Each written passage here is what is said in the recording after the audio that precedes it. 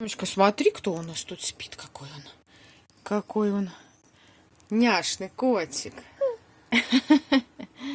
Ты гладишь котика, ты мой зяйка. Он спит? Да не спит. Видите, как хвостиком виляет.